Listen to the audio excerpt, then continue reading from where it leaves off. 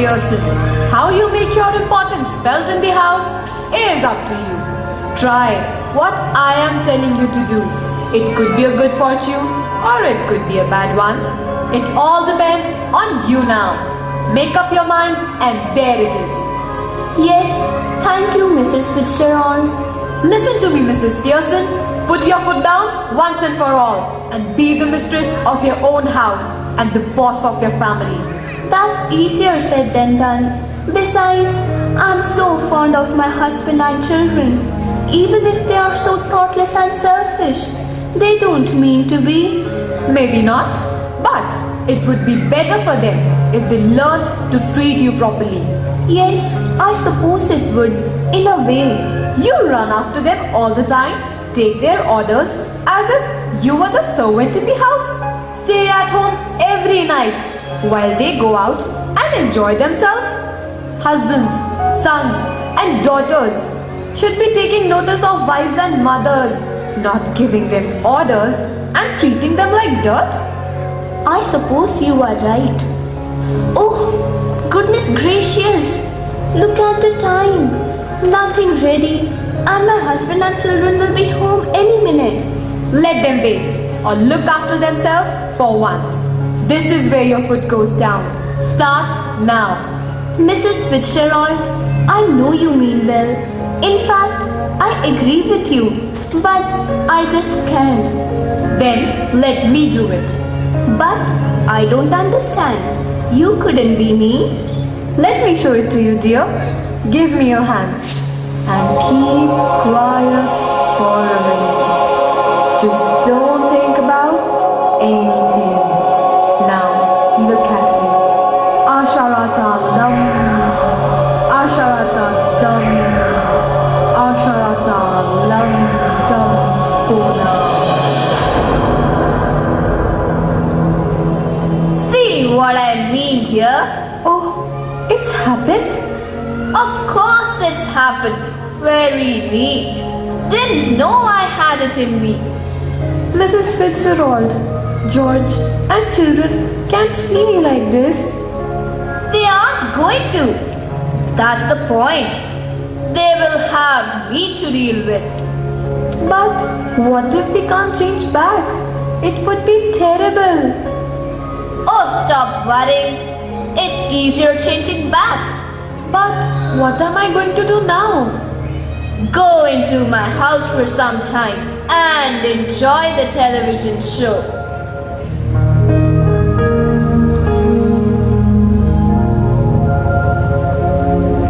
Mom, you haven't ironed my yellow silk. I must wear it on Christmas Eve. Mother, what are you doing? What do you think I'm doing? Whitewashing the ceiling? But you're reading a fashion magazine at this time? That's right. No law against it. Is there? Are we having tea in the kitchen? Up to you. Have it where you like. Do you mean it isn't ready? Yours isn't. I've had all I wanted. What's the matter with you?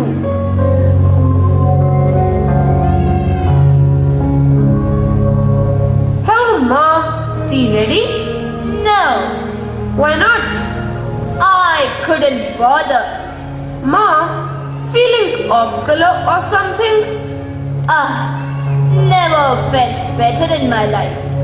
What's the idea then? Just a change. Well, snap out of it, Ma. I haven't got too much time. I have plenty of time. I don't get this, Mom.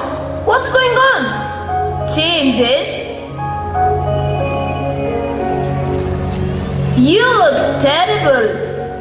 If I do look terrible, it's your fault. You made me cry. Why? What did she do? Never you mind. Has she been like that with you too? Yes, no tea ready. She couldn't care less. Well, I'm glad it's both of us. I thought I'd done something wrong. So did I. But it's her, of course. Well, she's suddenly all so different. Let's try talking to her. Mom, what's making you talk like this? What have we done? Nothing. You come in. ask for something, go out and then come back when there's nowhere else to go? I just don't like it. Look, I have been working all day. Same here. 8 hours a day? Yes, 8 hours a day. And don't forget it. But I have done my 8 hours. That's different, Mom. It was, now it isn't. I think I'll have to manage myself. I must grab something to eat. Looks as if I will need to keep my strength up. Mummy, you don't mean you're not going to do anything on Saturday and Sunday? Saturday and Sunday? I wouldn't go that far. I might make a bed or two and do a bit of cooking as a favor. Might go off for the weekend for Christmas shopping. Go off for Christmas shopping? Why not? Even I need a change. Did you fall down or hit yourself with something? Hello? What's this? Can't be anything to cry about. You'll see. What did she mean? Better ask her. Reading a fashion magazine? Yes? At this time of the day? What's wrong with it at this time of the day? Well, I don't like it. It doesn't look right. I'm surprised at you. Well, that ought to be a nice change for you. I don't like surprises. By the way, I forgot to tell this morning. I wouldn't want any tea. We friends are meeting at the club. So, no tea. Dinner there itself. That's all right. As it is, there isn't any. What? But suppose I had wanted some? My goodness, listen to him. Annoyed because I don't get tea for him that he doesn't even want. Ever tried that at the club? They'd laugh at you even more than they do now. Laugh at me? They don't laugh at me. Of course they do. They call you Pompey Ompy Pearson because they think you're so slow and pompous. Never. Hey Cyril, you have been with me to the club once or twice. They don't laugh at me or call me Pompey Ompy Pearson, do they? Well, yes, Dad. I'm afraid they do.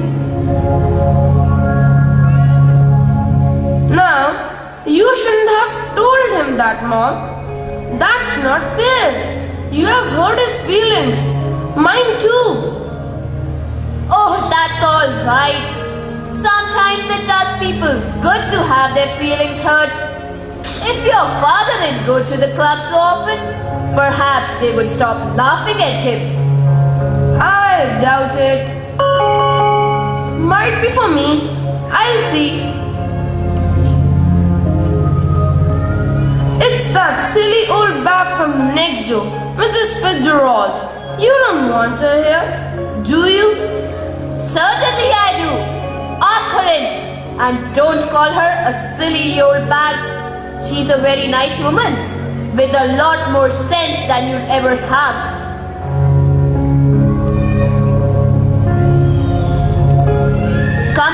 Come in, Mrs. Fitzgerald. Oh dear, what's happening? Nothing much, just putting them in their places. That's all. Doing what you ought to have done long ago. Is George home? Yes, I've been telling him what they think of him at the club. Oh dear, I wish you hadn't. Just looked in for a minute, I suppose. Mrs. Fitzgerald. Well, yes, I suppose so, George. George? Oh, I'm sorry. How does it matter? Your name is George, isn't it? Why don't you go back to your club? Special night tonight. They'll be waiting for you, waiting to have a good laugh. That's right. Make me look silly in front of her now. Poor Doris has been crying her eyes out. Getting the neighbor into the fun? Alright, let her hear it. What's the matter with you? Have you gone mad or what?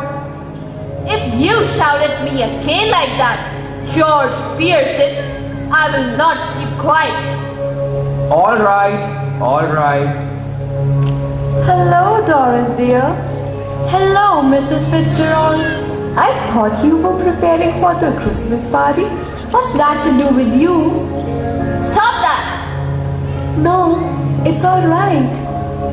It isn't alright. I won't have a daughter of mine talking to anybody like that.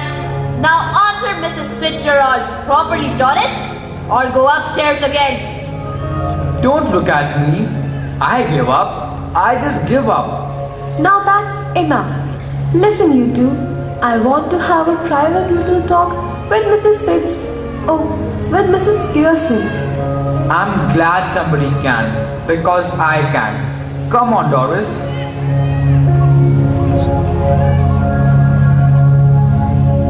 Mrs. Fitzgerald, we must change that now. Well, if you insist. Yes, I do. Please.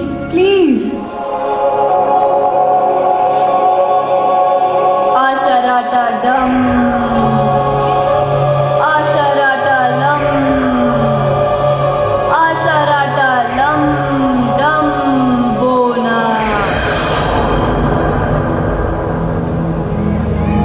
Now, listen to me, Mrs. Pearson. Don't go soft on them again, or else it will all be wasted. I will not, Mrs. Fitzgerald. Well, what is it you'd like them to do that they don't do? Stop at home for once? Yes, I want them to help me in household chores. Especially now, it will be nice if they help me bake Christmas pudding and goodies for Christmas. But remember, keep firm. I'm just off to let you enjoy yourself. Hey, you can come in now. Yes, Mother. Seeing that you don't want to go out, I'll tell you what I thought we would do. No objections, I hope. No, Mother. Whatever you say. I thought we would bake a delicious chocolate pudding for Christmas. Suits me. What about you two? Yes, that's alright. Oh, I think it would be lovely. Goodbye, Mrs. Fitzgerald. Come again soon. Yes, dear. Good night, all. Have a nice sleep. Thank you, Mrs. Fitzgerald. Wish you all Merry Christmas and a Happy New Year.